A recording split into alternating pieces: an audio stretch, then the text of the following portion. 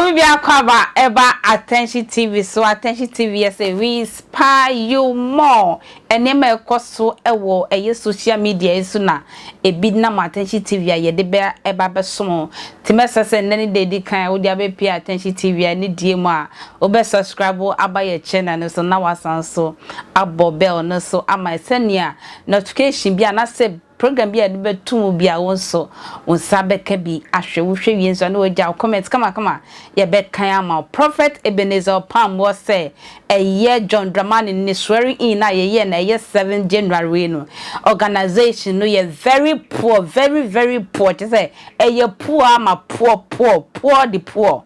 Hey, Prophet Ebenezer Opambour so di kan be kan say eye John Dramani Mahama ni swearing in one manka enye eno so osi obetutu ni nice form bompa ye ewura asase mu de kobabia John Dramani Mahama ejira no ese ahomone ndwuma afen so de papa say organization one more organizing near man in fact ankoyie kra na president ankoye swear ni in no ewia kataban pa ye de papa we ejina mu ni nyina kan bi no say sa eho no ankoyie kakra sa na prophet Kumchacha so say wono so say ne ye ofe no sa na ye obi fe o de GTB mienu beto ase ya obi be yi baako sa na baako so be yi baako ye ne fe pa ye obi ane ne ye ne fe Kumchacha say ne course we was very in ase no ha bibia course kama tise organization no bibia de na kwan so esa so do comment ba prophet Kumchacha ne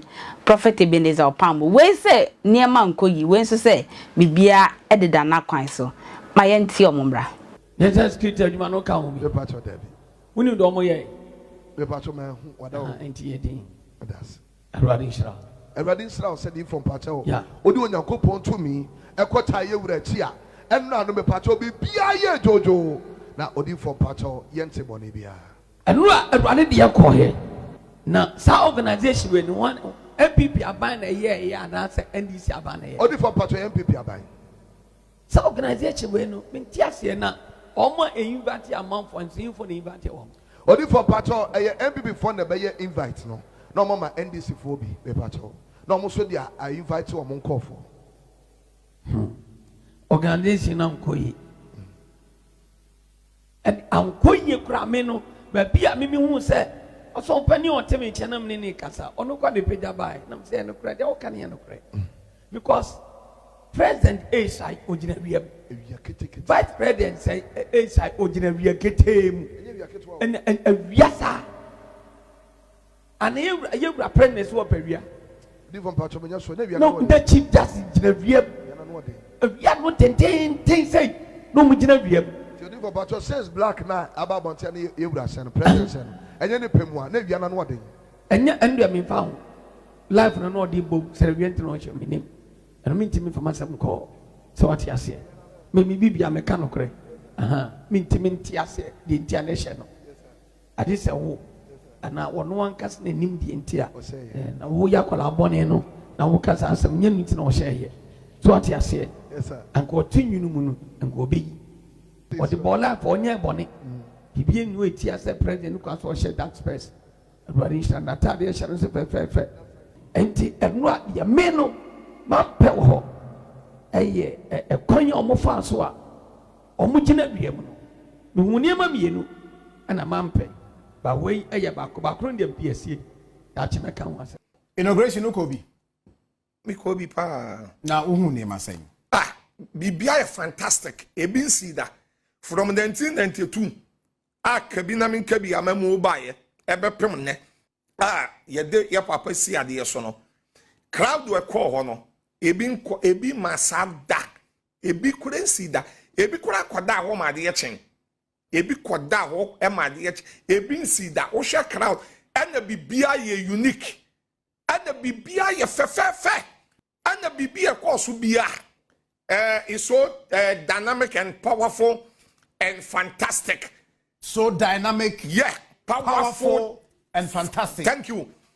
Bibia ko kama pa etino ya papa John Mahama de so fukum chacha me makase nyame wan say ne maye to so mie no ayese Yesu Kristo a obeba second Yesu ba first one no oso oba ne so oguama ena ne second no oba ne se jata na awe na de eti jo mama second kami ya wabe obebo adwuma kora chen first no obebo adwuma o ede na wo hye se na enkoyi niema be na ne enkoyi a wabe wo hye se obesesa no oh bibia na bibia enkoyi it was start on start from A na dabi won amamu no John 10:10 for amamu no na bibia ni wa na ekoyi meka se obi ya me ayi obi bisa me question say sofu Kumchacha menka ne mama mako enan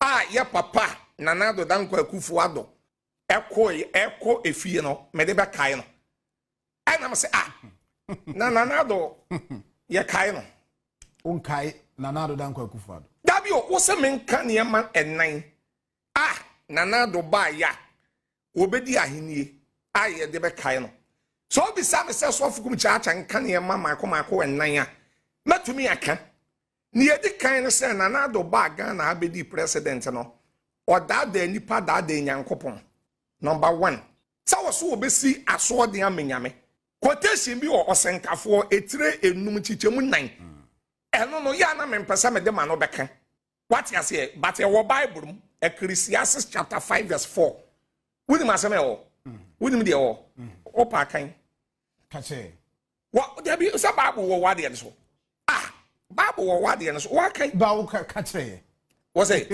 ba ko ne de ade na wan kasa men kan ayo mate Ecclesiastes chapter 5 verse 4 bible quotation mi wonam o de kan o kan ya eno na o se nyankopon ene nye o de tie o de kan o de wa no kan na se o de wa no na e kan public ne nkrofo bebre na etie na bible so no sofu Kumchacha menye printing press sabe yem print bible wo mi kuro ma chema pedwa ni chebi bible no membe be to bible de wo bible mu na meka enti me no sabe eye quotation na makotuo wasenkafo etire num enchichemu eye 9 Ecclesiastes chapter 5 verse number 4 asemi o no mo a bible na kan ye ewo boshe ho ewo boshe nipa boshe ho wasenkafo etire enum enchichemu 9 Ecclesiastes 5 verse 4 Ose so hwe nyankopon Ebenezer Opambour wono na eka ose organization no se ne ma papa kasa ne se awia na